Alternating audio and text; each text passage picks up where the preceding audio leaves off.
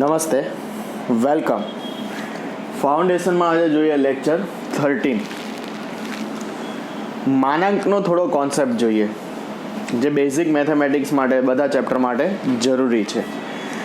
માનાંક પહેલાં આપણે અજ્ઞાત સંખ્યા એક્સ વિશે વિચારીએ.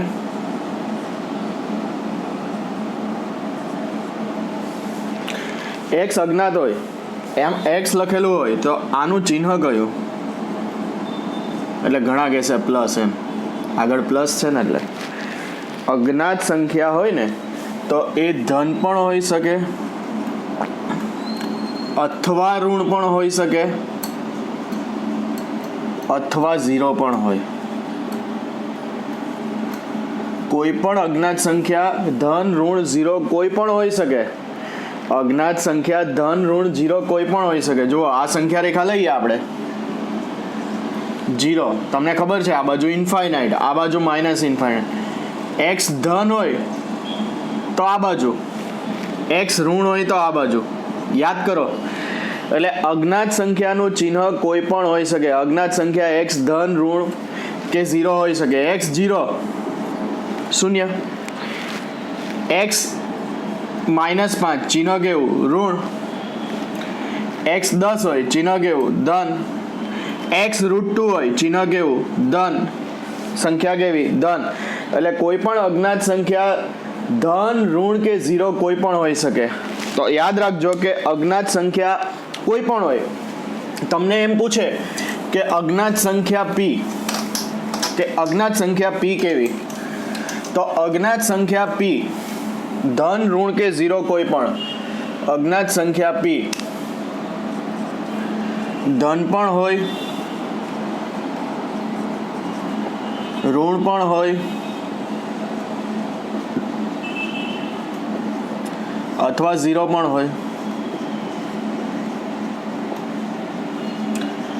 તો યાદ રાખજો, કોઈ પણ અજ્ઞાત સંખ્યા ધન ઋણ કે ઝીરો હોય. કોઈને એમ પૂછે ને કે પી કેવી સંખ્યા, એટલે કે ધન, આગળ પ્લસ ચિહ્ન છે નહીં. પી જે છે અજ્ઞાત છે, ધન પણ હોય, ઋણ પણ હોય, ઝીરો પણ હોય. પછી ઘણાને એમ પૂછે માઇનસ પી કેવી સંખ્યા, એટલે કે ઋણ. નહીં, માઇનસ પી ઋણ નથી, પી પર આધાર છે. ધારો કે પી બરાબર 2 હોય તો માઇનસ પી કેટલું? -2. તો માઇનસ પી ઋણ થાય. જુઓ, માઇનસ પી ઋણ થયું. સમજજો બરાબર. બરાબર છે. ધારો કે પી બરાબર -3 લે દે તો માઇનસ પી કેટલું થશે? -3 +3. તો માઇનસ પી ધન થયું. એટલે અજ્ઞાત સંખ્યા હોય ને ત્યારે એનું ચિહ્ન ધન ઋણ કે ઝીરો કોઈ પણ હોઈ શકે છે. આટલું પહેલા યાદ રાખો. કોઈ પણ અજ્ઞાત સંખ્યા હોય તો એ ધન ઋણ કે ઝીરો કોઈ પણ હોઈ શકે. એનું ચિહ્ન કંઈ પણ હોઈ શકે છે. બરાબર. હવે આપણે માનાંક લઈએ.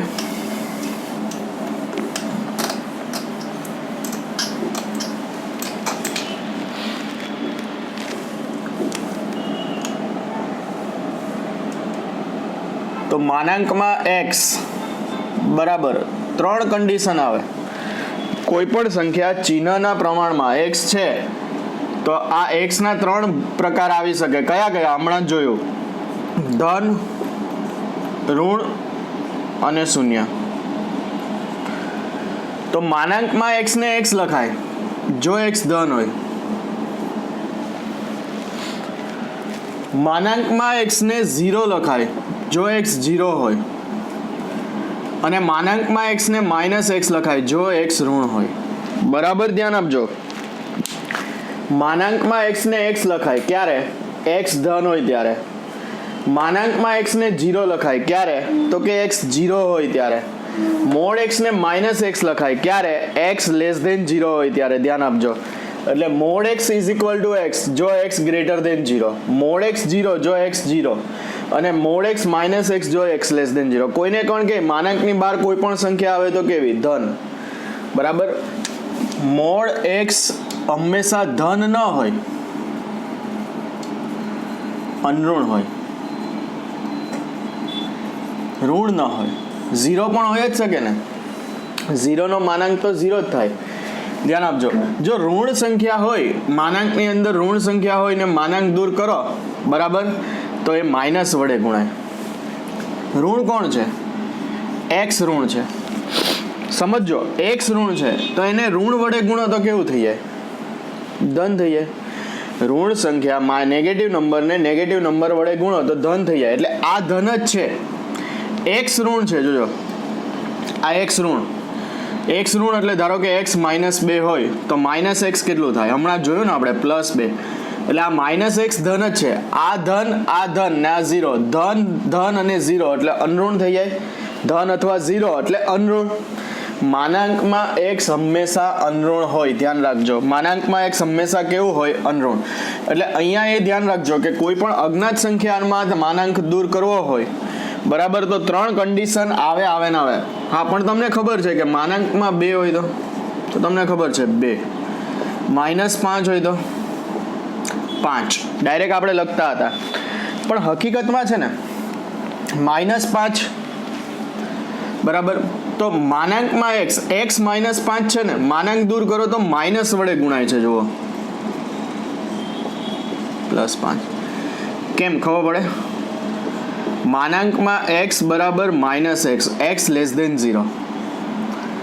અહીં x બરાબર -5 છે. જુઓ, જે <0 છે. તો માનાંક દૂર કરો, નેગેટિવ નંબરનો માનાંક દૂર કરો ને તે નેગેટિવ સાઇન વડે ગુણાય, માઇનસ ચિહ્ન વડે ગુણાય, બરાબર. ઋણ સંખ્યાને થાય તો ધન જ, બરાબર. જોજો, x ઋણ તો -x કેવું? x ઋણ તો -x કેવું? ધન. x ઋણ હોય એને ઋણ ચિહ્ન વડે ગુણો તો ધન થાય કે નહીં? અજ્ઞાત સંખ્યા છે ને, એ તો ધન, ઋણ કે 0 કોઈ પણ હોઈ શકે. પણ અહીંયા આપેલું છે કે x ઋણ છે. જો x ઋણ હોય તો -x કેવું? ધન. જો x ધન હોય તો -x કેવું? સ્વાભાવિક છે, ઋણ. x શૂન્ય હોય તો -x કેવું? શૂન્ય હોય તો શૂન્ય જ રહે. -0 એટલે 0 જ થાય. તો આ ધ્યાન રાખજો કે x ઋણ હોય, જો x ઋણ હોય તો -x કેવું? તો કે ધન. x ધન હોય તો -x કેવું? તો કે ઋણ. x શૂન્ય હોય તો -x કેવું રહે? શૂન્ય જ રહે. શૂન્ય હોય તો સામે શૂન્ય જ આવે, ધ્યાન રાખજો. તો ખ્યાલ આવશે. x ઋણ તો -x ધન, x ધન તો -x ઋણ, x શૂન્ય તો -x શૂન્ય. ખ્યાલ આવશે. તો કોઈ પણ સંખ્યાનો માનાંક દૂર કરો. દાખલા તરીકે તમને આમ આપેલું છે કે p નો માનાંક દૂર કરવો છે, મોડ p. કેટલી કન્ડિશન લેવાની? 3. કેટલી કન્ડિશન લેવાની? 3. કઈ? p greater than 0, p is equal to 0 અને p less than 0. p greater than 0 હોય તો મોડ p ને p લખાય, 0 હોય તો 0. p less than 0 હોય તો -p. p ઋણ છે, -p ધન જ થઈ જાય. ઋણ p છે, જોજો, -p ધન જ થઈ જાય, બરાબર. પણ તમને આમ કન્ડિશન આપેલી હોય તો કે જો p greater than 0 તો મોડ p, તો પછી 3 કન્ડિશનની જરૂર નથી, કારણ કે શરત આપેલી જ છે કે p greater than 0 હોય તો મોડ p બરાબર p. તમને એમ આપેલું છે કે y less than 0 તો મોડ y. જો અજ્ઞાત સંખ્યા ઋણ હોય, y less than 0 મતલબ y ઋણ, less than 0 મતલબ ઋણ સંખ્યા. એ તો હવે ખબર પડવી જ જોઈએ. 0 ની ડાબી બાજુની સંખ્યા ઋણ, જમણી બાજુની સંખ્યા ધન, ઇન્ફાઇનાઇટ માઇનસ ઇન્ફાઇનાઇટ. જો y less than 0 તો y ઋણ. ઋણ સંખ્યાનો માનાંક દૂર કરો તો માઇનસ વડે ગુણાય. -y ધન જ છે. જોજો, y ઋણ છે, -y કેવું થઈ જાય? ધન. માનાંકની બહાર કોઈ પણ સંખ્યા આવે તો એ ધન નથી હોતી, એ અનઋણ હોય છે. એ સંખ્યા કેવી હોય છે? અનઋણ હોય છે, બરાબર. ધ્યાન રાખજો. તો અહીંયા ખ્યાલ આવશે કે કોઈ પણ અજ્ઞાત સંખ્યાનો માનાંક દૂર કરો, શરત નથી આપેલી તો 3 કન્ડિશન લેવાની. Mode p is equal to p if p greater than 0, mode p is equal to 0 if p is equal to 0, અને mode p is equal to -p જો p less than 0. ધ્યાન રાખજો, 3 કન્ડિશન. પણ જો આપણને અહીંયા શરત આપેલી હોય કે p greater than 0 તો મોડ p કેટલું લેવાનું? p. y less than 0 તો મોડ y કેટલું લેવાનું? -y. કન્ડિશન આપેલી હોય, ધ્યાન રાખજો, જ્યારે પણ આપણને કન્ડિશન આપેલી હોય ત્યારે આપણે શું કરવાનું છે, એ કન્ડિશન પ્રમાણે જ શરત ચેક કરવાની, પણ કન્ડિશન ન આપેલી હોય તો 3 કન્ડિશન લેવાની.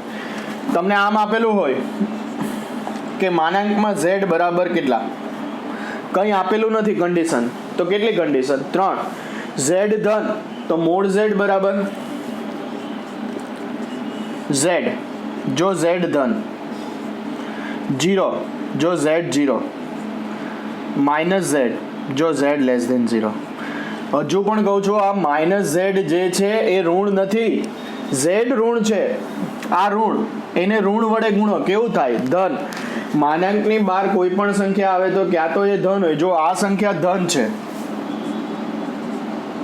આ પણ ધન થઈ જાય અને આ શૂન્ય. બરાબર સમજવા પ્રયત્ન કરજો. તો mode x is equal two x જો x greater than 0, mod x is equal to 0 જો x equal to 0, mod x is equal to minus x જો x લેસ દેન 0. તો આ બંને ધન છે, આ 0. 3 કન્ડિશન ખ્યાલ આવશે. તો આ 3 કન્ડિશન આવે, ધ્યાન રાખજો. માનાંક દૂર કરો ત્યારે, એટલે x ઋણ હોય તો માઇનસ x ધન થાય, x ઋણ હોય તો માઇનસ x ધન થાય, x ધન હોય તો માઇનસ x કેવું થાય, ઋણ થાય. અજ્ઞાત સંખ્યા હોય ત્યારે વાત છે, બરાબર. તો આમાં ખ્યાલ આવવો જોઈએ. ધારો કે આમ હોય, માનાંકમાં -7, તો માનાંક દૂર કરો તો -7. ઘણા એમ કહેશે ડાયરેક્ટ 7 લખો ને, લખો, શું વાંધો છે, પણ ખબર પડવી જોઈએ કે ઋણ સંખ્યાનો માનાંક, અજ્ઞાત સંખ્યા માટેનો કોન્સેપ્ટ યાદ રહેવો જોઈએ કે આ તો જ્ઞાત છે એટલે વાંધો નહીં કે ધન થઈ ગઈ, પણ અજ્ઞાત સંખ્યા હોય અને માનાંક દૂર કરો ત્યારે આપણને ખબર હોવી જોઈએ કે માઇનસ વડે ગુણવાનું છે, બાકી અજ્ઞાત સંખ્યાનો માનાંક દૂર ન થાય. 3 કન્ડિશન લેવાની, બરાબર, અને એ રીતે જ માનાંક દૂર કરવાનો, બરાબર. લાસ્ટ છેલ્લે એક એક્ઝામ્પલ જોઈ લઈએ કે ધારો કે મોડ m આપેલું છે, માનાંક દૂર કરવો છે, કેટલી કન્ડિશન, કોઈ શરત નથી તો 3 કન્ડિશન. મોડ m ને m લખાય ક્યારે, m greater than 0. Mode m 0 થાય, m 0, તો જો માનાંક 0 બરાબર 0, m 0 લો તો માનાંકમાં 0 બરાબર 0, અને માઇનસ m જો m less than 0, minus m જો m લેસ દેન 0. તો ખ્યાલ આવશે. તો માનાંકનો જવાબ હંમેશા કેવો આવશે, આ રીતે આપણે માનાંક દૂર કરી શકીએ, બરાબર. તો કોઈ પણ સંખ્યાનો માનાંક હંમેશા અનઋણ જ હોય.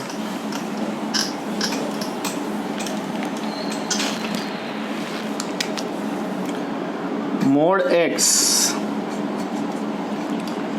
હંમેશા અનઋણ જ હોય, એટલે કે mode x greater or equal to 0.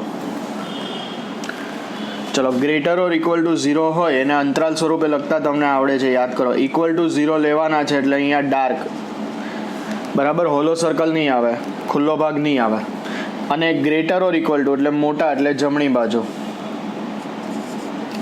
તો mode x greater or equal to 0 હોય તો મોડ x બિલોંગ્સ ટુ શું આવે,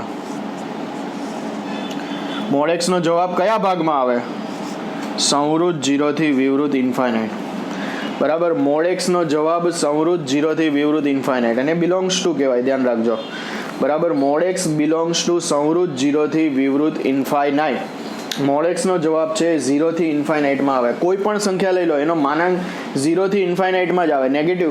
0 થી ઇન્ફાઇનાઇટ એટલે કેવી સંખ્યા, અનઋણ સંખ્યા. 0 થી ઇન્ફાઇનાઇટ એટલે કેવી સંખ્યા, અનઋણ સંખ્યા. ધ્યાન રાખજો, કોઈ પણ સંખ્યાનો માનાંક હંમેશા અનઋણ જ હોય, એ ક્યારેય પણ ઋણ હોતો નથી. તો આ વસ્તુ ખૂબ જ અગત્યની, ધ્યાન રાખજો, બરાબર. તો આને કહેવાય માનાંકમાં x નો જવાબ કયા ભાગમાં હોય, તો તમને ખબર હોવી જોઈએ કે માનાંકમાં x નો જવાબ હંમેશા અનઋણ જ હોય. માનાંકમાં x નો જવાબ હંમેશા કેવો હોય, અનઋણ જ હોય, એ ક્યારેય પણ ઋણ ન હોય, ક્યારેય પણ. અનઋણ એટલે ધન એવું નહીં, 0 અથવા ધન, ધ્યાન રાખજો, 0 અથવા ધન. તો ખ્યાલ આવશે. અજ્ઞાત સંખ્યાનો માનાંક દૂર કરવો હોય તો કેટલી કન્ડિશન લઈશું, 3 કન્ડિશન. કઈ કઈ, ધન, ઋણ, 0. ધન ઋણ 0. ક્લિયર?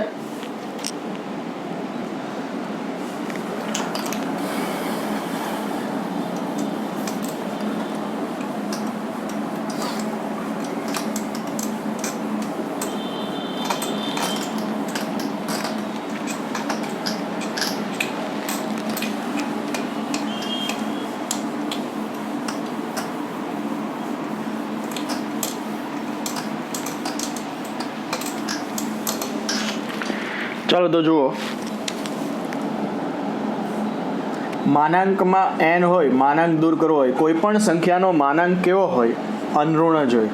પહેલી વાત તો માનાંક દૂર કરવો હોય તો કેટલી કન્ડિશન લેવાની? 3 કન્ડિશન.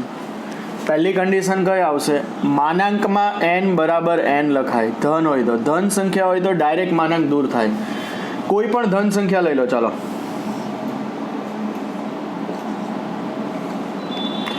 0 થી ઇન્ફાઇનાઇટ, આ માઇનસ ઇન્ફાઇનાઇટ. કોઈ પણ ધન સંખ્યા લઈ લો, n અને મોડ n, બરાબર? ચલો, n 5 લો તો મોડ n 5 જ આવે, ડાયરેક્ટ માનાંક દૂર થાય કે નહીં? n √2 લો તો મોડ n √2 જ આવે કે નહીં? કોઈ પણ ધન સંખ્યા લો, n 7/3 લો તો મોડ n 7/3 જ આવે કે નહીં? એટલે કોઈ પણ ધન સંખ્યા લો, મોડ n ડાયરેક્ટ જ શું આવે? n જ આવે. 0 લો તો મોડ n શું આવે? 0.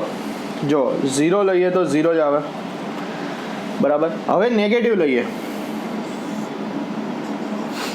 જો આમાં ધન અથવા 0 લીધું, ધન અથવા 0, આમાં ઋણ નંબર લઈએ. ધારો કે n -5 લો તો મોડ n 5 આવે ને, પણ ખરેખર -n કહેવાય એને. કેમ? નેગેટિવ છે ને, n ઋણ છે, માનાંક દૂર કરો તો નેગેટિવ વડે ગુણો તો માઇનસ માઇનસ પ્લસ, એટલે ખરેખર -5 છે, માનાંક દૂર કરો તો mode n -n, n -5, mode n -n, n -5, -5 જુઓ એટલે +5, -√3, મોડ n -√3, તો mode n is equal two -n. ઋણ સંખ્યા હોય, માનાંક દૂર કરો તો ઋણ ચિહ્ન વડે ગુણો એટલે પોઝિટિવ થાય. -√3 એટલે √3. કોઈ પણ ઋણ સંખ્યાનો માનાંક દૂર કરો ને તો એ ઋણ સંખ્યા વડે ગુણવાનું એટલે માઇનસ માઇનસ પ્લસ, એટલે માઇનસ વડે ગુણવાનું એટલે માઇનસ માઇનસ પ્લસ. બરાબર છે? આ ખાસ ધ્યાન રાખજો કે ઋણ સંખ્યાનો માનાંક દૂર કરો તો એ માઇનસ વડે ગુણાય, માઇનસ માઇનસ પ્લસ થાય. -7/4 માનાંક દૂર કરો તો આપણને તો ખબર જ છે કે 7/4 આવે, પણ આના પ્રમાણે જઈએ તો -7/4, દેટ ઇઝ 7/4. ખ્યાલ આવશે? હવે જો શરત આપેલી હોય ત્યારે કે માનાંકમાં z ઇઝ ઇક્વલ ટુ ખાલી જગ્યા, જ્યાં z ગ્રેટર દેન 0, તો શું આવશે આન્સર? z માનાંકમાં sorry d is equal to ખાલી જગ્યા, જ્યાં d લેસ દેન 0, તો શું આવશે? -d. નેગેટિવ નંબર છે, મોડ દૂર કરો તો -d. જો શરત આપેલી હોય તો એ શરત પ્રમાણે માનાંક ચેક કરવાનો. શરત ન આપેલી હોય તો 3 કન્ડિશન. જોજો, શરત આપેલી હોય તો શરત પ્રમાણે, શરત ન આપેલી હોય તો 3 કન્ડિશન. કઈ કઈ? ધન ઋણ 0, ધન ઋણ 0, બરાબર છે? તમને આમ આપેલું હોય કે માનાંકમાં -7, ઘણા એમ કે સર ડાયરેક્ટ 7 લખીએ તો કોઈ જ વાંધો નથી. ઘણા એમ કે માનાંક દૂર કરીએ, નેગેટિવ નંબર છે તો માઇનસ વડે ગુણીએ તો -7 તો +7, તો પણ વાંધો નથી. ધ્યાન રાખજો. ખ્યાલ આવશે? તો આ રીતે આપણે 3 કન્ડિશન લઈ શકીએ છીએ. તો ખ્યાલ આવ્યો કે માનાંક દૂર કરવો હોય, જ્ઞાત સંખ્યા હોય તો સીધો જ માનાંક દૂર થાય, કારણ કે જ્ઞાત સંખ્યા ખબર જ છે, ક્યાં તો ધન હોય, ક્યાં તો ઋણ હોય, ક્યાં તો 0 હોય. માનાંક દૂર કરો, જવાબ અનઋણ. પણ અજ્ઞાત સંખ્યા હોય ને ત્યારે માનાંક દૂર કરવા 3 કન્ડિશન આપણે લેવાની છે. અજ્ઞાત સંખ્યાનો માનાંક દૂર કરવા માટે કેટલી કન્ડિશન લેવાની? 3 કન્ડિશન લેવાની. ધ્યાન રાખજો, બરાબર? પણ કન્ડિશન આ રીતે આપેલી હોય તો એક જ કન્ડિશન આવે, જે છે તે જ. z ધન તો આ ધન, d ઋણ, જોજો તમને ખબર છે માઇનસ વડે ગુણો તો અસમતા બદલાય, યાદ કરો. તો -d ધન, બંને બાજુ માઇનસ વડે ગુણો એટલે -1 વડે ગુણો, આમ થાય ને d ઇન્ટુ -1, તો ગ્રેટર દેન 0 ઇન્ટુ -1. માઇનસ ઋણ સંખ્યા વડે ગુણતા અસમતા બદલાય. જો d ઋણ તો -d ધન જ થઈ જાય. બરાબર, એ કોન્સેપ્ટ આગળ આવી ગયેલો છે. તો કોઈ પણ સંખ્યાનો માનાંક દૂર કરો તો 3 કન્ડિશન લેવાની. કન્ડિશન આપેલી હોય તો કન્ડિશન પ્રમાણે માનાંક દૂર થાય. માનાંકની બહાર કોઈ પણ સંખ્યા આવે તો એ અનઋણ જ હોય. અંગ્રેજીમાં કહીએ તો નોન નેગેટિવ. અને માનાંકનો જવાબ હંમેશા ગ્રેટર ઓર ઇક્વલ ટુ 0 જ હોય. હંમેશા આનો જવાબ કેવો હોય? Greater or equal to 0. Clear? ખ્યાલ આવશે? બરાબર છે. હવે નેક્સ્ટ લઈએ.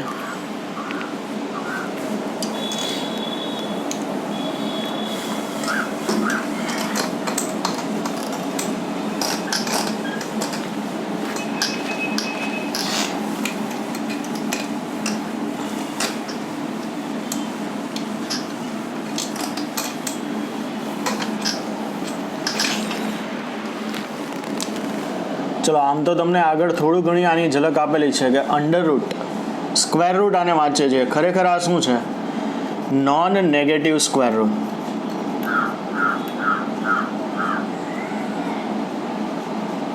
ઋણ ન હોય તેવી સંખ્યાનું વર્ગમૂળ અથવા અનઋણ સંખ્યાઓનું વર્ગમૂળ. અંડર રૂટ x વ્યાખ્યાયિત હોવા માટે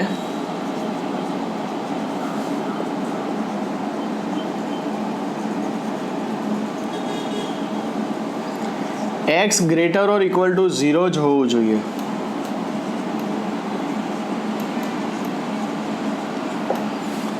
બરાબર, ધ્યાન આપજો. અંડર રૂટ x વ્યાખ્યાયિત ત્યારે જ હોય જ્યારે x greater or equal to 0 હોય. અંડર રૂટ x વ્યાખ્યાયિત હોવા માટે x greater or equal to 0 જ હોવું જોઈએ, તો જ રૂટ x વ્યાખ્યાયિત થાય, બાકી નથી થતું. ધ્યાન રાખજો. ફરીથી, રૂટ x વ્યાખ્યાયિત હોવા માટે x greater or equal to 0 જ હોવું જોઈએ. આમ હોય √3 ચાલે, અંડર રૂટ 0 ચાલે, પછી આમ હોય તો અંડર રૂટ -4. શક્ય નથી, વાસ્તવિક સંખ્યા માટે શક્ય નથી. બરાબર, અંડર રૂટની અંદરની કોઈ પણ સંખ્યા ઋણ ન ચાલે, ધન અથવા 0 જ હોવી જોઈએ. આ શક્ય ન બને, ધ્યાન રાખજો. આ ખોટું છે. અંડર રૂટ 17 એ રીતે. અજ્ઞાત સંખ્યા જે છે અંડર રૂટ 16, તો આપણને ખબર છે 4. બરાબર, રૂટ x વ્યાખ્યાયિત ત્યારે જ હોય જ્યારે x greater or equal to 0 હોય. રૂટ x વ્યાખ્યાયિત હોવા માટે x greater or equal to 0 જ હોવું જોઈએ. x ઋણ લો તો રૂટ x વ્યાખ્યાયિત થતું નથી. અંડર રૂટ ઋણ, અનઋણ સંખ્યાનું વર્ગમૂળ, તો આમાં અનઋણ સંખ્યા જ હોવી જોઈએ. અહીંયા આ સંખ્યા ઋણ ચાલે જ નહીં. આ સંખ્યા ઋણ ચાલે જ નહીં. આ સંખ્યા કેવી હોવી જોઈએ? અનઋણ જ હોવી જોઈએ. ધ્યાન રાખજો, આ સંખ્યા ઋણ ન ચાલે. બરાબર, તો અંડર રૂટ 16 એટલે 4. અંડર રૂટ 16 એટલે 4. અંડર રૂટ 15, અંડર રૂટ 81 તો 9. એ રીતે કોઈનું વર્ગમૂળ મળે, કોઈનું ન મળે. આ સમય થઈ ગયો, આ સમય રહેશે. ધ્યાન રાખજો, વર્ગમૂળ નથી મળતું એટલે આ ને આ 0 નું તો 0 થઈ જાય. તો ખ્યાલ આવશે. અંડર રૂટ x વ્યાખ્યાયિત હોવા માટે x greater or equal to 0 જ હોવું જોઈએ. હવે આમ હોય ને under root x square, under root x square, તો આનો જવાબ આવે મોડ x. આનો જવાબ, આનો આન્સર શું આવે? Mode x.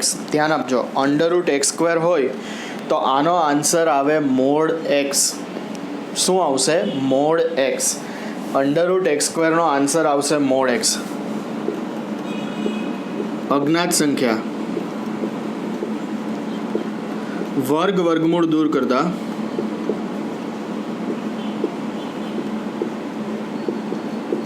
મોડ આવે, માનાંક આવે.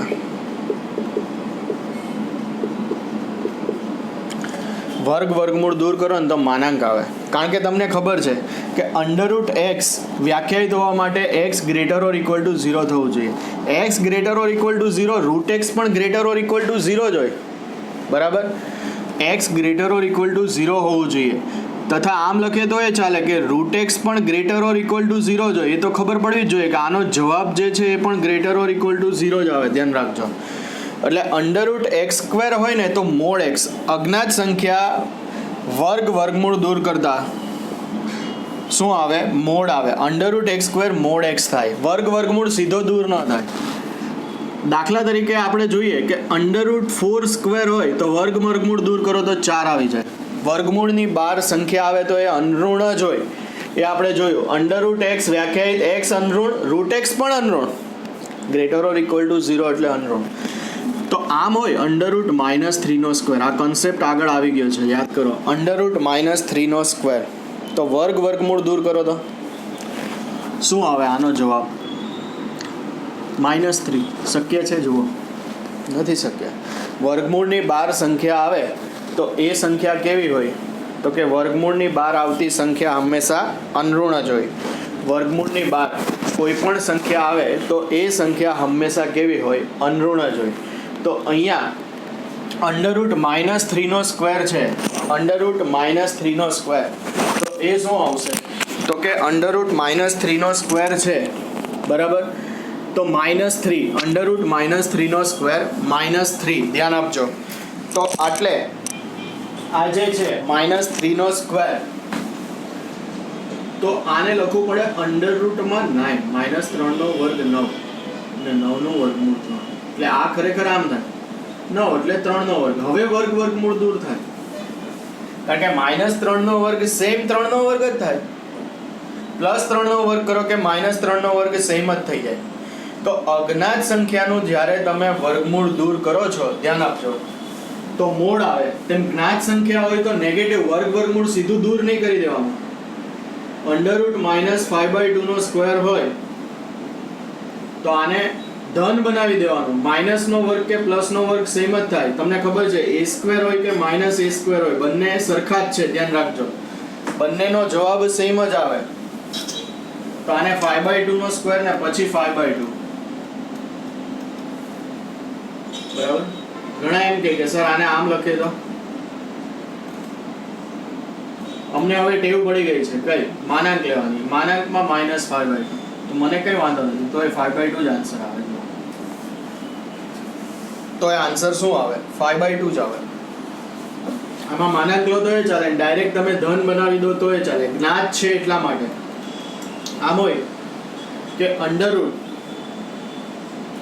-3/4 સ્ક્વેર, તો વર્ગમૂળ દૂર કરો, મોડ લઈ લો તો એ વાંધો નથી. મોડ ન લેવું હોય તો વર્ગમૂળ દૂર કરવું હોય તો પહેલા આને ધન બનાવી દો, કારણ કે -3/4 સ્ક્વેર એ 3/4 સ્ક્વેર જ થાય. તો જવાબ 3/4. બોલો. અથવા તમે આમ લખો તો એ ચાલે કે -3/4 હોલ સ્ક્વેર, તો માનાંકમાં -3/4 તો 3/4. એટલે વર્ગમૂળની બહાર આવતી સંખ્યા હંમેશા અનઋણ જ હોય. વર્ગમૂળ x ત્યારે જ વ્યાખ્યાયિત હોય x greater or equal to 0, ધ્યાન આપજો. અને રૂટ x પણ હંમેશા કેવું હોય? ગ્રેટર ઓર ઇક્વલ ટુ 0 જ હોય. કેવું હોય? Greater or equal to 0. તો અંડર રૂટ x સ્ક્વેર એટલે મોડ x, બરાબર. અંડર રૂટ x સ્ક્વેર એટલે મોડ x થાય, ધ્યાન આપજો. હવે મોડ x માનાંક દૂર કરવા હોય તો 3 કન્ડિશન જોઈએ છે આપણે. આને x લખાય ક્યારે? x greater or equal to 0, x greater than 0. 0 લખાય ક્યારે? x બરાબર 0. અને -x લખાય ક્યારે? x less than 0. તો અંડર રૂટ x સ્ક્વેર એટલે mod x, under root x square એટલે મોડ x. હવે મોડ x ને x લખાય ક્યારે? x greater than 0. Mod x છે, મોડ દૂર કરવા 3 કન્ડિશન હમણાં જોઈએ એ પ્રમાણે. મોડ x x ધન, mod x 0, x 0 0, x less than 0 તો -x. જોજો, x ઋણ -x ધન, x ઋણ -x ધન, ધ્યાન રાખજો, ખ્યાલ આવશે. તો અંડર રૂટ x સ્ક્વેર એટલે ખરેખર શું થાય? મોડ x થાય. અંડર રૂટ x સ્ક્વેર એટલે થશે મોડ ઓફ x. અજ્ઞાત સંખ્યા વર્ગમૂળ દૂર કરો એટલે માનાંક આવે ને આવે જ.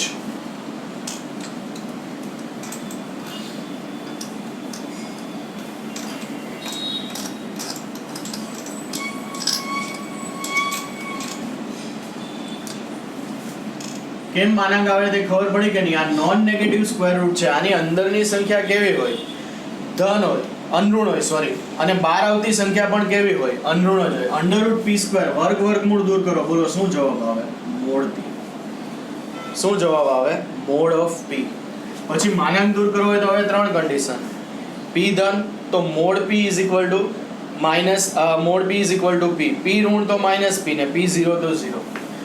બરાબર. ઘણાને એમ થાય સર ડાયરેક્ટ પી લખે તો વાંધો શું છે? હમણાં આપણે આ ઉદાહરણ જોયા એ જ થયું ને કે ધારો કે પી -3 લો તો અંડરરૂટ -3 નો સ્ક્વેર તો p -3 તો -3 જવાબ આવે. ઋણ વર્ગમૂળની બહાર આવતી સંખ્યા ઋણ હોય જ નહીં. વર્ગમૂળની બહાર આવતી સંખ્યા ઋણ હોય જ નહીં એટલે અહીંયા મોડ કરવો પડે. હવે અહીંયા મોડ કરો ને તો આ 3 થઈ જાય. જો મોડ કરો તો આ શું થઈ જાય? 3 થઈ જાય. ખ્યાલ આવશે? તો વર્ગમૂળ દૂર કરવાના એટલે માનાંક આવે. વર્ગમૂળ દૂર કરતા શું આવે? મોડ આવે. બરાબર. તો બે અગત્યના કોન્સેપ્ટ થયા. હજુ ડિટેલમાં આગળ ચેપ્ટર છે સેકન્ડ, એમાં આ વસ્તુ ચાલશે. બરાબર, ડિટેલમાં એકદમ ચાલશે. પણ અત્યારે યાદ રાખો કે માનાંકમાં x, તો માનાંક દૂર કરો તો 3 કન્ડિશન. પહેલું x જો x ધન હોય, બીજું 0 જો x 0 હોય, ને ત્રીજું -x જો x <0 હોય. 3 કન્ડિશન. અને મોડ x હંમેશા ગ્રેટર ઓર ઇક્વલ ટુ 0 જ આવે. એટલે કે સંવૃત 0 થી વિવૃત ઇન્ફાઇનાઇટ. માનાંકનો જવાબ કેવો હોય? સંવૃત 0 થી વિવૃત ઇન્ફાઇનાઇટમાં જ હોય. બરાબર. ને બીજું √x² હોય તો શું આવે જવાબ? √x² હોય તો મોડ x. √x² હોય તો મોડ x જવાબ આવે. ધ્યાન રાખજો. મોડ x માનાંક દૂર કરવા કેટલી કન્ડિશન લેવાની? 3 કન્ડિશન. બરાબર. 3 કન્ડિશન કઈ? x > 0 તો mode x is equal two x.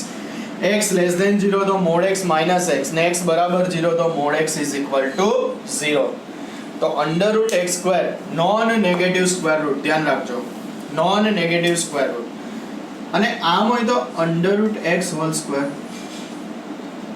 તો આ x થઈ જાય. કેમ? √x વ્યાખ્યાયિત હોવા માટે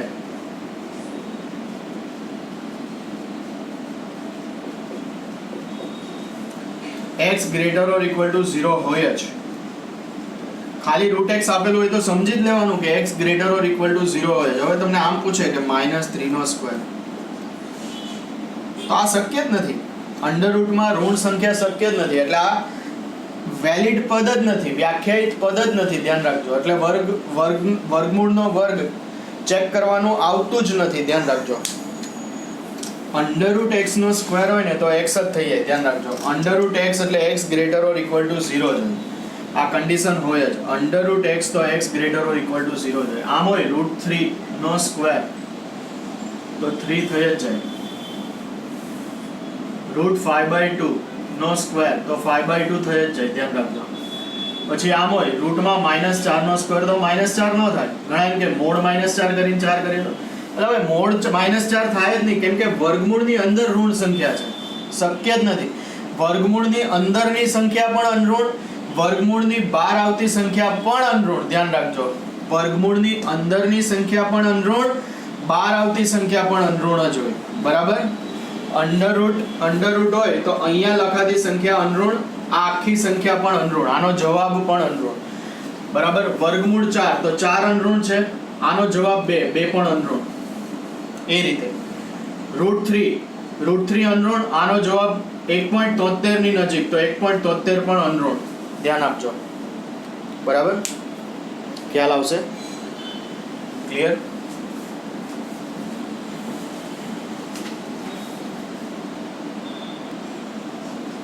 તો જો આટલું જોયેલું છે આપણે કે મોડ x અજ્ઞાત સંખ્યા ધન ઋણ કે 0 કોઈ પણ હોય તો x ધન 0 x 0 ને -x જો x ઋણ હોય માઇનસ વડે ગુણો, -1 વડે ગુણો તો -x ધન થઈ જાય. ધ્યાન રાખજો. એટલે આ ધન છે અને આ પણ ધન છે અને આ 0 છે. ધન અને 0 એટલે અનઋણ કહેવાય. Mode x greater or equal to 0. માનાંક x હંમેશા અનઋણ જ હોય. √x વ્યાખ્યાયિત હોવા માટે x અનઋણ હોવો જ જોઈએ. એટલે કે x greater or equal to 0 હોય તો જ √x વ્યાખ્યાયિત હોય. અંડરરૂટમાં ઋણ સંખ્યા શક્ય નથી. તે આપણે જોયું ઘણા બધા ઉદાહરણ સાથે. √x greater or equal to 0, આનો x પણ greater or equal to 0 હોય ને √x જવાબ પણ greater or equal to 0. આનો જવાબ અનઋણ જ આવે, ઋણ ન આવે ને ક્યારેય. √x², અજ્ઞાત સંખ્યા વર્ગ વર્ગમૂળ દૂર કરો, માનાંક આવે આવે ને આવે, વર્ગમૂળની બહાર આવતી સંખ્યા અનઋણ જ હોય, નોન નેગેટિવ સ્ક્વેર રૂટ, નામ જ છે આનું. અંડરરૂટ, અંદરની સંખ્યા અનઋણ, બહાર આવતી સંખ્યા અનઋણ, યાદ રાખજો. અને √x² હોય તો x થઈ જાય. √x ત્યારે જ વ્યાખ્યાયિત હોય જ્યારે x ગ્રેટર દેન 0 હોય. જોજો, x ગ્રેટર દેન 0 હોય તો જ √x વ્યાખ્યાયિત થાય. તો આટલું જ આપણે ઉદાહરણ સાથે અત્યાર સુધીમાં ભણ્યા છીએ, ધ્યાન રાખજો.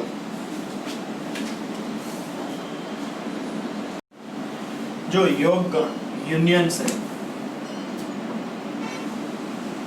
ગણ A તથા ગણ B માટે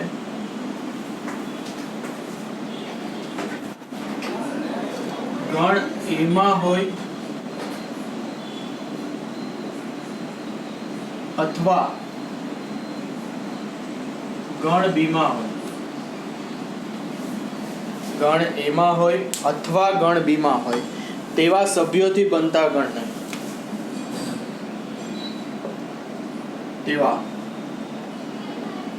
સભ્યોથી બનતા ગણને A તથા B નો યોગ ગણ કહેવાય. આપણે ગણો જોયા બધા, શાંત ગણ, ગણને દર્શાવવાની બે રીત, ગુણધર્મની રીત અને યાદીની રીત. પછી ગણો જોયા N, W, Z, Q, R એ રીતે, બરાબર. સંકેત A યોગ B.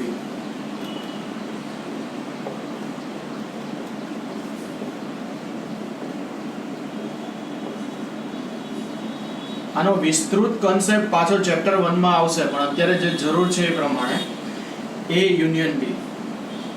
દાખલા તરીકે આમ હોય કે A બરાબર 1 3 5 7 9 અને B હોય 2 3 4 7 અને 10. તો A યોગ B શું થશે? તો કે A યોગ B થાય, યોગ કરવાનો બંનેનો, તો 1. કયા કયા સભ્યો છે જુઓ, તો કે 1 છે, પછી 2, પછી 3, ક્રમમાં લેતા જવાના. આમાં 1, પછી 2 આવે, પછી 3. તો 3 બે વાર છે ને, લખવાનો એક જ વાર. ગણમાં કોઈ પણ સભ્ય એક જ વાર લખી શકાય, પુનરાવર્તન ન થાય. આ યાદીની રીત છે. કોઈ પણ સભ્ય એક જ વાર લખાય, કોઈ પણ ક્રમમાં લખાય.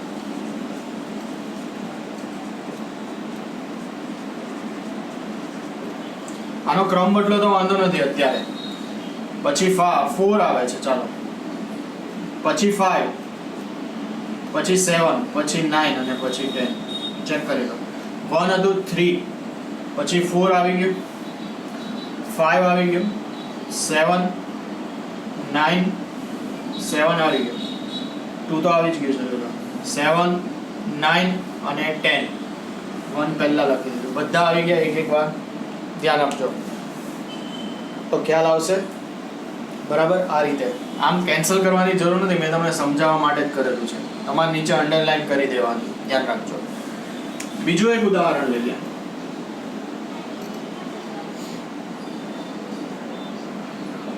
વન 2 3 4 અને B બરાબર 3 4 5 6 7. તો A યુનિયન B શું થશે? 1 2 3 4, પછી પાછું આમ નહીં લખવાનું, 3 4 5 6 7. તો આ સભ્ય બે વાર થઈ ગયા. કોઈ સભ્ય બે વાર ન આવે ગણમાં, એક સભ્ય એક જ વાર આવે. આ ગણનો નિયમ છે, મારો ઘરનો નહીં, ધ્યાન રાખજો. એટલે 3 ને 4 એકવાર આવી ગયા તો બીજી વાર આવતા નથી. તો 1 2 3 4 5 6 7. તમે નીચે અંડરલાઈન કરી શકો કે 1 તો કે આવી ગયું, 2 આવી ગયું, 3 બે વાર છે, બંનેમાં અંડરલાઈન કરી દો, લખવાનું એક જ વાર. 4 લખવાનું એક જ વાર. 5 6 7 બધા આવી ગયા છે. એટલે કોઈ પણ સભ્યનું પુનરાવર્તન થતું નથી. તો આ યોગ ગણ વિસ્તૃત કન્સેપ્ટ તમે ફર્સ્ટ ચેપ્ટરમાં ભણશો. અત્યારે જરૂર પૂરતું કામનું છે એ ભણાવું છું કે ગણ A તથા B માટે A માં હોય અથવા ગણ B માં હોય તેવા સભ્યોથી બનતા ગણને A ને B નો યોગ ગણ સંકેત A યોગ B, સંકેત કયો આવશે? A યોગ B, વંચાય A યુનિયન B. ધ્યાન આપજો, શું વંચાય છે? A union B. બરાબર. હવે આપણે લઈએ છેદગણ. આ કન્સેપ્ટ ખાસ જોજો કે યાદીની રીતમાં કોઈ પણ સભ્ય એક જ વાર લખાય, કોઈ પણ ક્રમમાં લખાય એ વાંધો નથી. યોગગણ અને બીજું આવશે છેદગણ.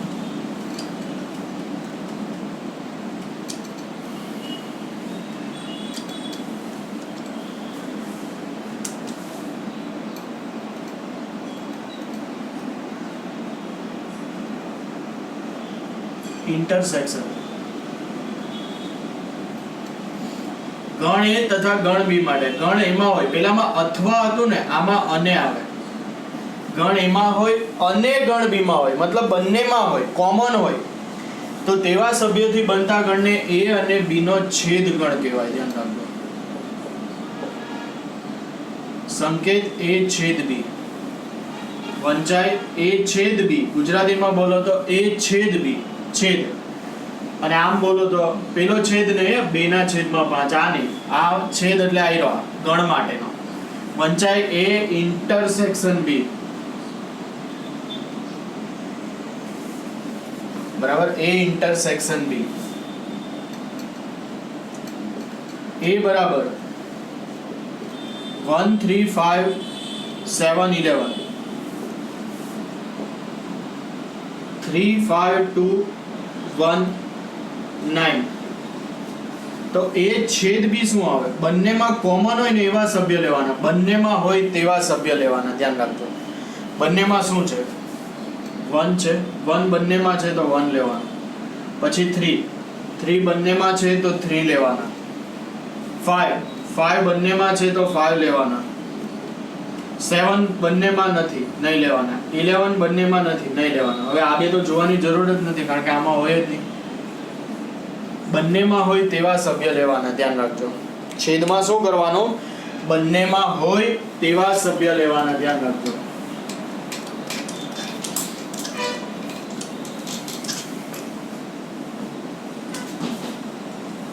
ઘણા એમ કે સર કોઈ કોમન સભ્ય જ ન હોય તો, ધારો કે A બરાબર 1 3 5 હોય અને B બરાબર 2 4 10 અને 12 હોય, તો A છેદ B કોઈ કોમન સભ્ય જ નથી, તો આને આમ લખી શકો. બરાબર. ખાલી ગણનો સિમ્બોલ, અંદર કોઈ સભ્ય નહીં, કારણ કે 1 બંનેમાં નથી, 3 પણ બંનેમાં નથી ને 5 પણ બંનેમાં નથી. બંનેમાં હોય એવો એક પણ સભ્ય નથી. આને તમે જાણો છો એ પ્રમાણે 5 ખાલી ગણ લેવા. એક પણ સભ્ય ન ધરાવતો ગણ,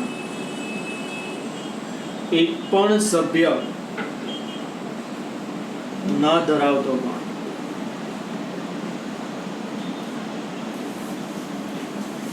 ખ્યાલ આવશે?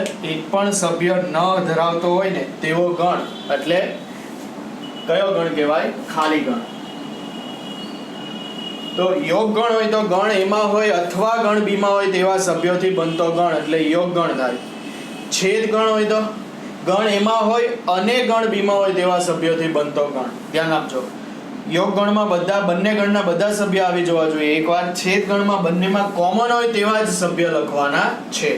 તો આ યોગ ગણ અને છેદ ગણ વિસ્તૃત કોન્સેપ્ટ ચેપ્ટર નંબર 1 માં ભણશો 11th ના. અત્યારે આપણે અંતરાલ માટે જે જરૂર છે એટલા માટે મેં તમને કરાવેલું છે. ધ્યાન રાખજો.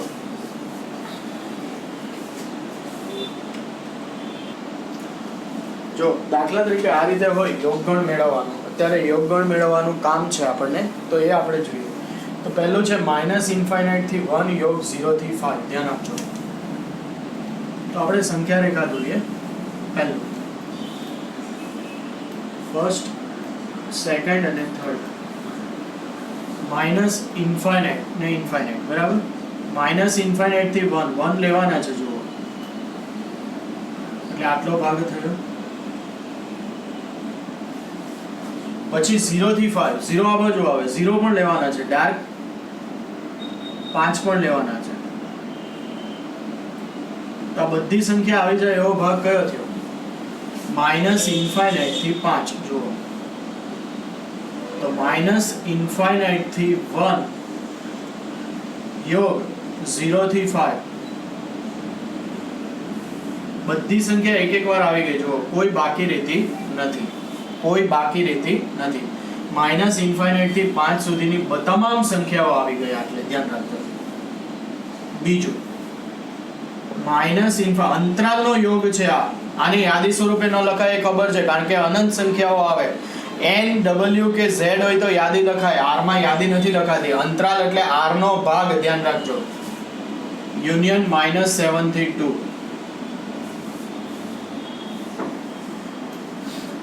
Minus infinite infinite. ચલો -5 લેવાના છે ડાર્ક. -7 -5 ની આ બાજુ આવે એ પણ લેવાના છે, પણ પહેલા આને ડાર્ક કરી દો. ચલો -5 એટલે થી 2 નથી લેવાના. જોજો 2 નથી લેવાના. હવે આ -5 થી 2 આમાં અલગ ચિહ્ન કરું છું આ રીતે ડાર્ક. તો બધી જ સંખ્યા આવે એવો ભાગ લેવાનો આપણે, પણ 2 નથી લેવાના. તો માઇનસ ઇન્ફાઇનાઇટ ઇન્ફાઇનાઇટમાં તો હંમેશા વિવૃત અંતરાલ આવે થી 2 વિવૃત. 2 કેવું લેવાનું? વિવૃત. માઇનસ ઇન્ફાઇનાઇટ થી 2 કેવું? તો કે વિવૃત. ધ્યાન આપજો. 3 to 9, 1 to 5, 3 to 9 union 1 to 5.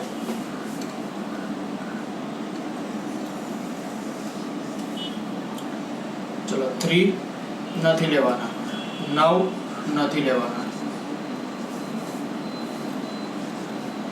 આ ભાગ 3 to 9 ડાર્ક કરો. સંખ્યા રેખા દોરો એટલે આવડી જશે. પછી 1 to 5 1 ડાર્ક. 3 ની ડાબી બાજુ આવે અને 5 3 ને 9 ની વચ્ચે આવે ને કશે. તો 1 to 5 તો હવે આ થઈ જાય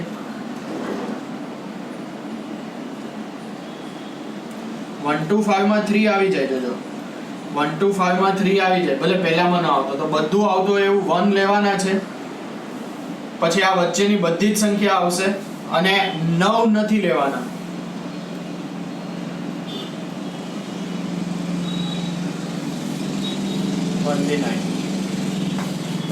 પછી આમ હોય માઇનસ ઇન્ફાઇનાઇટ થી 3 -3 યોગ 3 થી ઇન્ફાઇનાઇટ.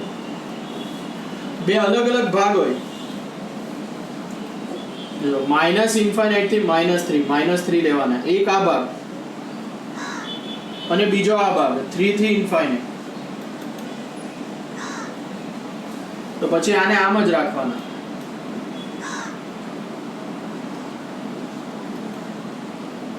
આનો યોગ પછી કરવાની જરૂર નથી. આ યોગ ગણ પ્રમાણે જ રહે. યોગ ગણ અહીંયા ચિહ્ન રાખવું જ પડે પછી, કારણ કે બંનેમાં કોમન એક સાથે લખી શકતા નથી. આને આમ ન લખી શકીએ આપણે કે માઇનસ ઇન્ફાઇનાઇટ થી ઇન્ફાઇનાઇટ, કારણ કે આ વચ્ચેની સંખ્યા નથી. -3 વચ્ચેની કોઈ પણ સંખ્યા નથી. તો કેટલીક વખત આમને આમ જ રહી. ધ્યાન રાખજો. બરાબર, કારણ કે બંને ગણમાં કોમન હોય એવું થતું નથી. આ બધામાં થતું હતું, પણ આમાં આમ 2 ભાગ છૂટા છે, 2 ભાગ ભેગા થઈ જાય છે. જો આ બધામાં 2 ભાગ ભેગા થઈ જતા હતા, 2 ભાગ છૂટા રહે તો આ છૂટા જ લખવાના તમારે. તો આને લખવાના છૂટા જ. ધ્યાન રાખજો. જેમ છે તેમ જ રાખવા. આ યોગ ગણ આપણને અત્યારે કામનું છે. પછી છેદ ગણનો કોન્સેપ્ટ આવશે ત્યારે આપણે જોઈશું.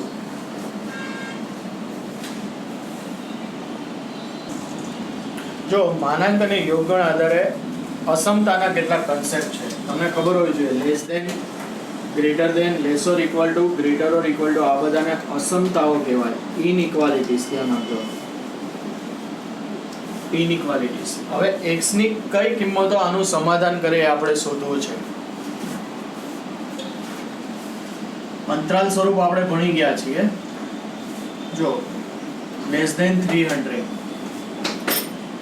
તો 20x less than 300 minus 9. 300 minus 9 કેટલા થશે? 300 minus 9 291 થશે. જો 20x કેટલું થશે? તો કે 291. તો x લેસ ધેન કેટલા? 291 by 20. 291 by 20. 291 20 વડે ભાગ ચલાવો 20 ગુણ્યા 1 20 બરાબર 20 ગુણ્યા 4 80 11 20 ગુણ્યા 500 બરાબર 15 બચે બરાબર 20 ગુણ્યા 7 એટલે 14.57 ની નજીક આવશે 291 બાય 20 ધ્યાન આપજો આ અહીંયા તો x લેસ ધેન 14.57 ની નજીક આવશે ધ્યાન રાખજો બરાબર તો જો 291 બાય 20 તો 1 એટલે 20 91 20 ગુણ્યા 4 80 11 બરાબર 115 એટલે 20 ગુણ્યા 500 બરાબર અહીંયા 110 આવશે ઉપરથી 0 આવશે ને તો 10 20 ગુણ્યા 500 એટલે એક્ઝેક્ટ આવશે રાઉન્ડ ફિગર આવશે કારણ કે 20 છે ને છેદમાં 5 અને 2 ના અવયવી હોય તો દશાંશ સ્વરૂપ શાંત આવે તો 14.55 હવે પહેલું x belongs to n છે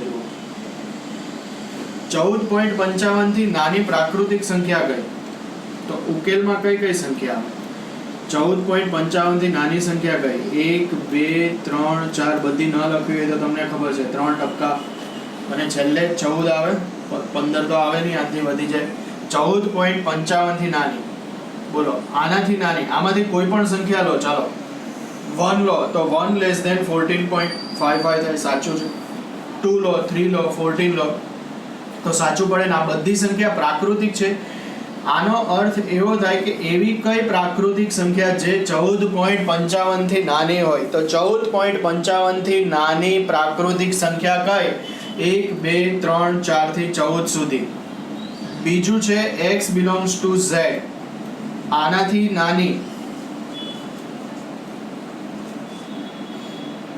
તો બધી ઋણ સંખ્યા આવી જાય ને પૂર્ણાંકમાં તો -5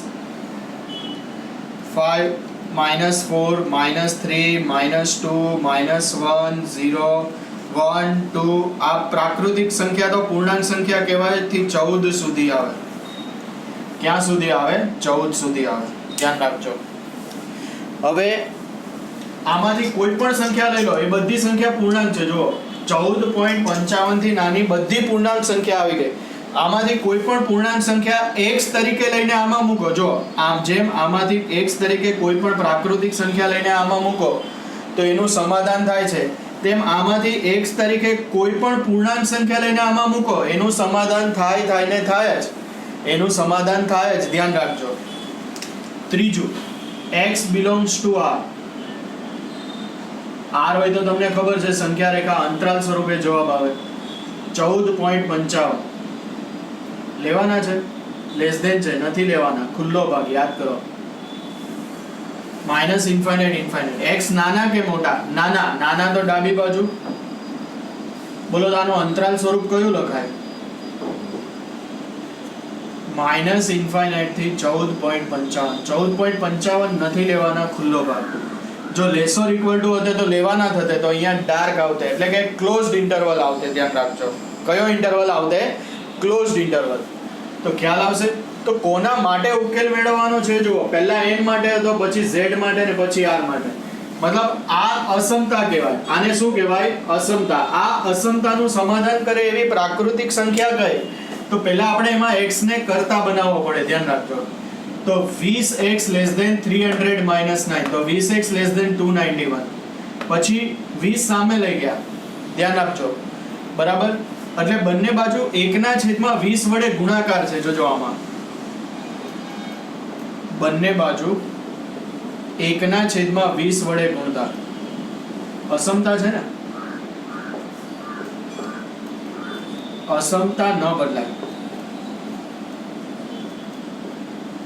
ધન સંખ્યા કારણ કે આમ હોતે ને કે -20x less than 291 તો પહેલા આને ધન બનાવવાનું તો માઇનસ વડે ગુણો તો અસમતા બદલાઈ જાય પછી 20 સામે લઈ જાય અથવા -1/20 વડે બંને બાજુ ગુણો તો આ ભલે x થઈ જાય, પણ અહીંયા અસમતા બદલાય. 291/-20 એટલે આ થઈ જાય -291/-20. એટલે ઋણ વડે ગુણો તો અસમતા બદલાય, ધન વડે ગુણો છો ત્યારે અસમતા બદલાતી નથી. આ ખાસ ધ્યાન રાખજો, બરાબર. એટલે 20 સામે લઈ ગયા, એટલે ખરેખર 20 સામે નથી લઈ ગયા. સમતા હોય તો ડાયરેક્ટ થાય ઓપરેશન, ક્રિયાઓ, પણ અસમતા હોય તો તમને ખબર છે કે અહીંયા 20 દૂર કરવા, x ને કરતા બનાવવા હોય તો 1/20 વડે ગુણો. 1/20 ધન સંખ્યા છે એટલે અસમતા ન બદલાય, ધ્યાન રાખજો, બરાબર. તો આ પહેલા દાખલાનો ઉકેલ. કોના માટે? પ્રાકૃતિક સંખ્યા તો 1 થી 14, પછી બિલોંગ્સ ટુ z હોય તો બધી ઋણ સંખ્યા ક્યાં સુધી? 14 સુધી આવે. અને x બિલોંગ્સ ટુ r હોય તો -∞ થી 14.55. 14.55 ની બદલે તમે ત્યાં 291/20 પણ લખી શકો છો. બીજો એક્ઝામ્પલ લઈએ. 3 × 2x - 1 + 5 ≤ 1/2 × x + 5. 3 × 2x - 1 + 5.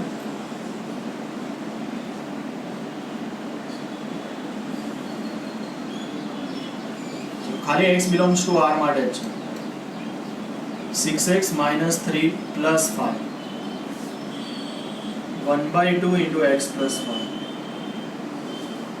तो 6x + 2 થઈ ગયા, -3 + 5 + 2 1/2 × x + 5. તો બંને બાજુ કેટલા વડે ગુણાકાર કરીએ? 2 વડે. બે ધન સંખ્યા 1/2 દૂર કરવા 2 વડે ગુણાકાર, x ને કરતા બનાવવાના છે આપણે, તો 2 વડે ગુણાકાર ને બે ધન સંખ્યા અસમતા ન બદલાય. જો -2 વડે ગુણતે તો અસમતા બદલાતે, લેસોર ઇક્વલ ટુ નું ગ્રેટર ઓર ઇક્વલ ટુ થતે.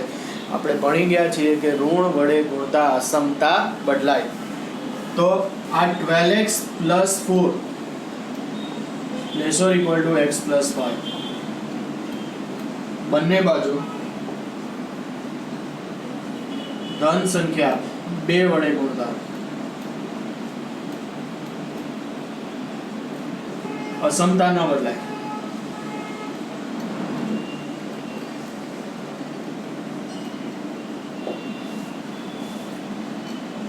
ચલો હવે 12x - x ઉમેરો બાદ કરો તો અસમતામાં કોઈ ફેરફાર નથી થતો. 4 સામે x વાળા સાથે અચળ સાથે તો 11x થઈ જાય.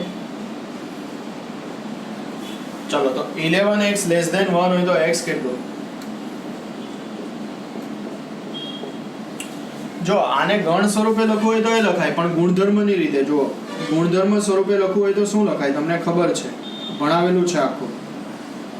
x કે જ્યાં x < 1/11 x belongs to r.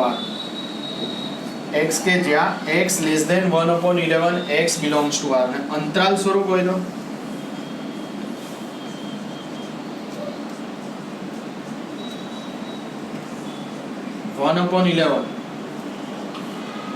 Infinite minus infinite. ધ્યાન આપજો.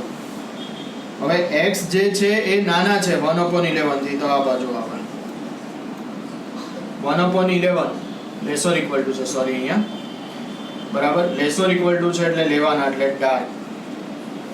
તો અંતરાલ સ્વરૂપ કયું આવશે? -ઇન્ફાઇનાઇટ થી 1/11. અંતરાલ સ્વરૂપ ને ગુણધર્મ સ્વરૂપ તમને આવડે છે. ઘણા બધા એક્ઝામ્પલ આપણે જોયેલા છે કે ગુણધર્મ સ્વરૂપ પરથી અંતરાલ સ્વરૂપ, અંતરાલ સ્વરૂપ પરથી ગુણધર્મ સ્વરૂપ. ધ્યાન રાખજો. તો આમાં ખ્યાલ આવશે તમને કે 6x - 3 + 5 લેસોર ઇક્વલ ટુ 1/2 × x + 5. તો 6x + 2 લેસોર ઇક્વલ ટુ 1/2 × x + 5. 2 વડે ગુણો તો 12x 2 × 2 4 x + 5. તો 11x < ≤ 1 તો x લેસોર ઇક્વલ ટુ બંને બાજુ પાછું 1/11 વડે આમાં ગુણેલું છે. 1/11 ધન સંખ્યા હોવાથી અસમતા ન બદલાય. અસમતામાં કોઈ પણ સંખ્યા વડે ભાગાકાર કરો ને એટલે એના વ્યસ્ત વડે ગુણાકાર થાય. 11 વડે ભાગાકાર કરો તો ભાગાકાર વાળી સંખ્યા પણ ધન હોવી જોઈએ. જો એ સંખ્યા ઋણ હોય તો બદલાય જ અસમતા. ધ્યાન રાખજો. તો ગુણધર્મ એવા ઉદાહરણ આવશે જ આગળ જતા. સ્વરૂપે લખવું હોય તો x લેસોર ઇક્વલ ટુ 1/11 કે તેથી નાની બધી વાસ્તવિક સંખ્યા. આ ગુણધર્મ સ્વરૂપ. અને આનું અંતરાલ સ્વરૂપ કયું? તો તો કે -∞ થી 1/11. તો આજે આપણે જોયું માનાંક કોઈ પણ સંખ્યાનો માનાંક દૂર કરવો હોય તો કેટલી કન્ડિશન લેવાની? 3 કન્ડિશન. માનાંકમાં x x greater than 0, -x x less than 0 અને 0 જો x બરાબર 0. પછી √x² mod x અજ્ઞાત સંખ્યા ધન ઋણ કે 0 કોઈ પણ હોઈ શકે. અને √x વ્યાખ્યાયિત હોવા માટે x greater or equal to 0 અને √x નો જવાબ પણ ગ્રેટર ઓર ઇક્વલ ટુ 0 જ હોય. ક્લિયર? Thank you. વધારે આ ટાઈપના એક્ઝામ્પલ આપણે અસમતાના નેક્સ્ટ લેક્ચરમાં જોઈશું.